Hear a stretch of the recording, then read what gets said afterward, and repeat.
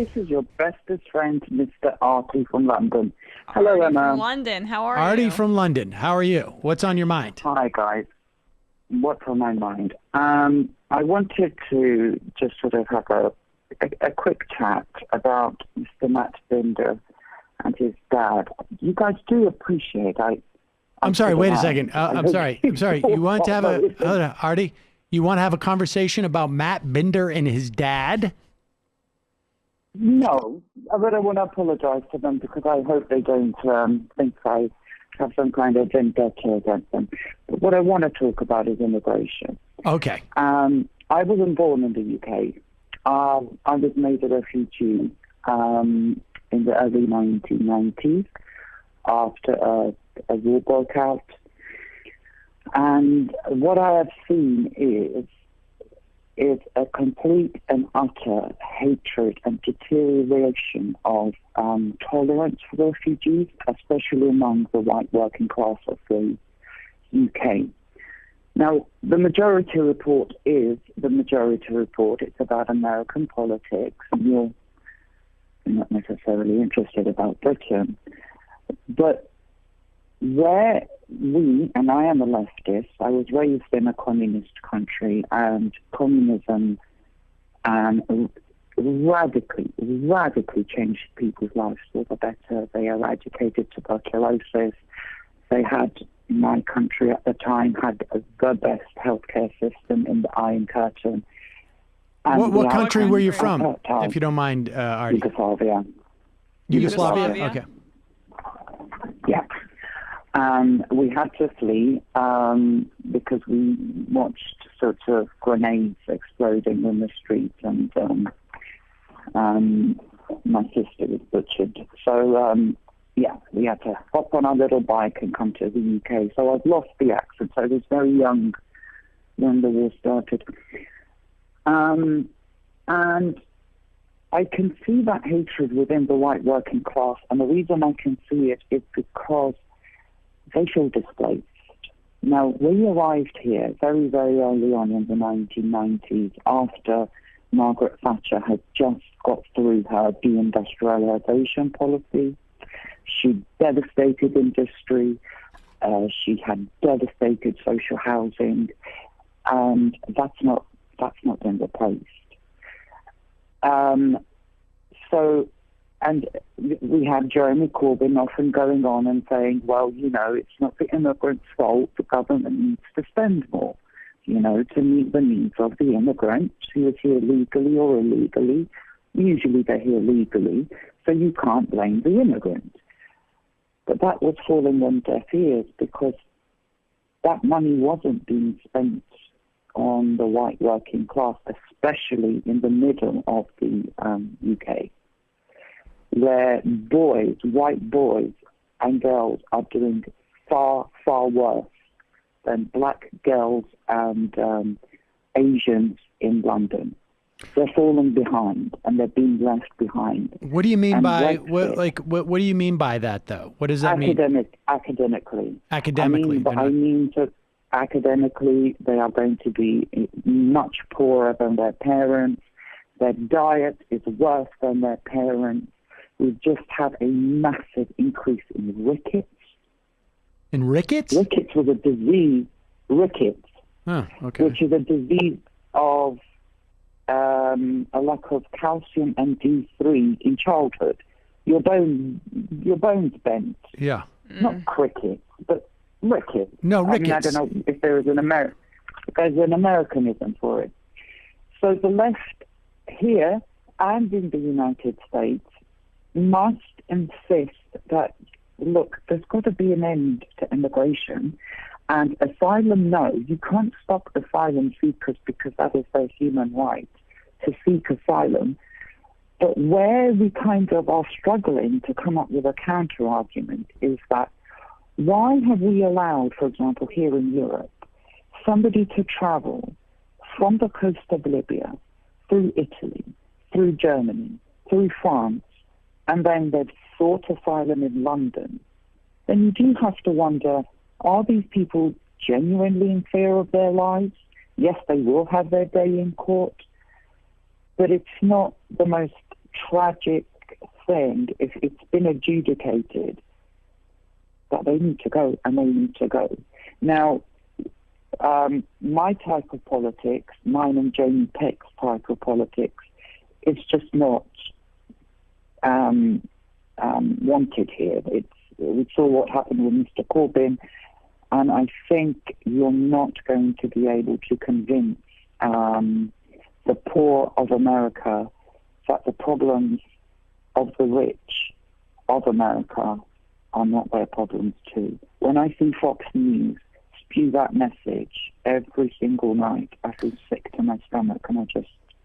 All right, so Artie, if I'm hearing what you're saying, that Go ahead. that you're saying that, you know, you're a little skeptical of the asylum claims of people from, let's say, Libya, although that's not the place. No, they're coming. They're using the Libyan coast to jump off. They're paying money. Usually, the people who are being picked up, they're not Libyans. They are Afghanis. They're Africans, Black Africans, who usually can pay up to $10,000 to get a people smuggler to do that for them. Well, I understand. There's a process to adjudicate the asylums, right? I mean, I don't know the British system. And that's absolutely, we agree on that point, yeah. And common ground there. And I imagine the methodology of adjudicating changes based upon the disposition of the administration, right? I mean, certainly Trump changed, wholesale certain categories of issues that no longer constituted a legitimate asylum claim in this country. I mean, so there is some subjective... Not in the United Kingdom. Yeah, not in the UK, because we are signatories of an international... Well, treaty. I understand, but I understand. We're signatories too, but Jeff Sessions said domestic violence not a legitimate claim for asylum in this country, for instance, when it used to be. I mean, so you can eliminate wholesale categories like that. I mean, so I'm not exactly sure I understand ultimately what your point is, but it's possible we may. My point is. Yeah, go ahead.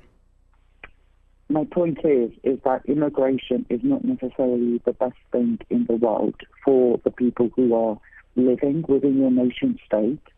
The United States has the reason why you got free college when you were growing up, perhaps, Sam, and you don't get it now, is because when these wars of attrition broke out in Eastern Europe and in the global South, America handpicked some of the most intelligent, the best and the brightest. I have family in the States for which they did not pay a single penny to invest in.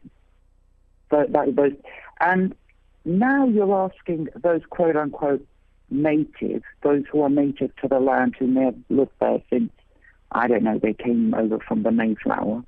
You're asking them to put massive amounts of loans and all sorts. And what I'm saying is that where you've got an immigrant who's been given, for example, in my situation, I have family who live in California, who the husband is an electronic engineer. He was educated for free in the former Yugoslavia. He was handpicked by the Americans, plonked into Silicon Valley. They didn't have to spend a single dollar on his education. He had a PhD from Yugoslavia. And what I'm saying is that that's how you're leaving your poor behind, because you're refusing to. But I mean, the fact is that, look, I mean, and you can look at the data, the net in terms of what immigrants do in terms of productivity and paying taxes in this country. The net is a positive one, but there is absolutely simply no data to support. I honestly don't know what the dynamic is in the UK, but there is no data to support the argument that immigrants are taking away resources from native-born Americans. There's just no data to support it. I mean, except your huge, massive deficit, and because the United first States of all, is the deficit. There's absolutely no way that you can in any way make a direct line between our deficit, and this is even aside from the conversation as to whether our deficit even matters. But there's no way you can. It matters.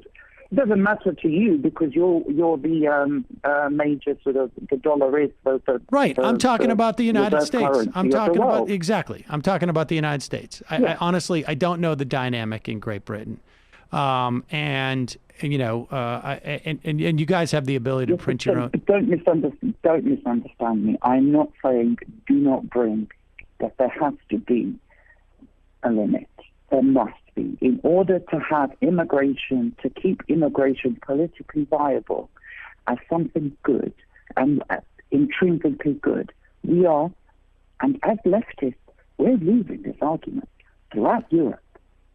We are very, very close to history repeating itself in the most horrific way.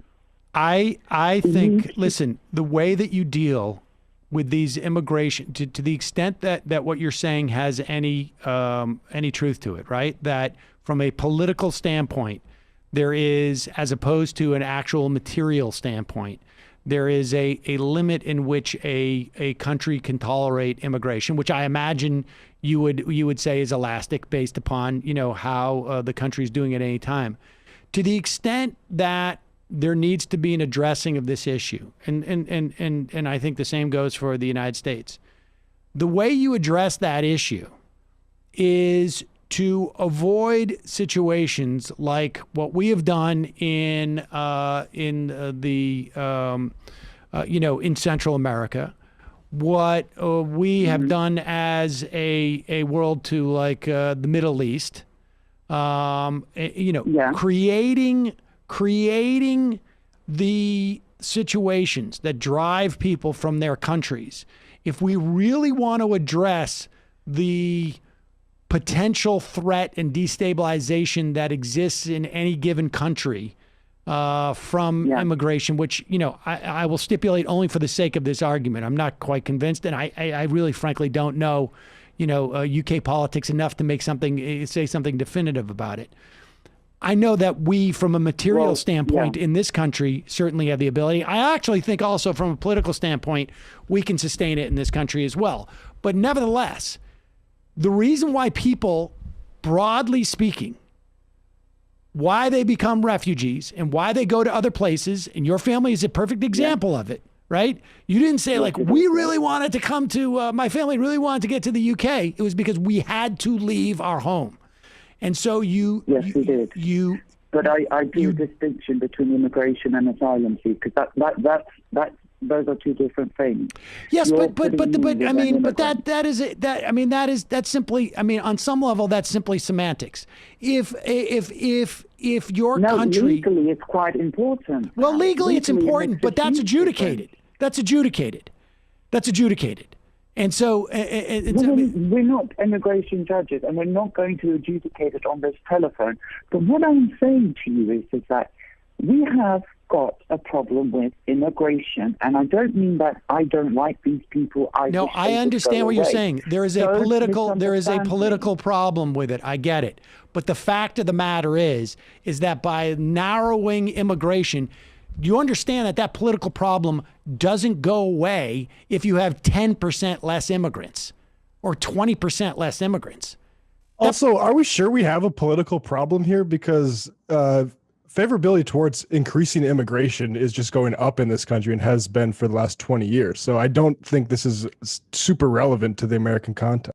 Yes, I don't think it's relevant to the American context. I think we can sustain it both politically and definitely materially. But if you're telling me that there is a problem in Europe, in Europe, I'm telling you that problem doesn't go away if you decrease immigration by 10 or 15 or 20%. I mean, that problem is decreasing immigration. It's not about decreasing it. These people are already here. What I am saying is that we need to start, as a leftist brethren and sisterhood, is coming up with a better a better way of putting immigration, a better strategy of speaking about immigration, because sooner or later things are going to blow. And my little radar. All right. Well, listen, Artie, I appreciate it. We spent a lot of time. I fear it. Okay. I really do fear it. All right. Okay. Well, I appreciate that. Bye-bye. All right. Nice guy.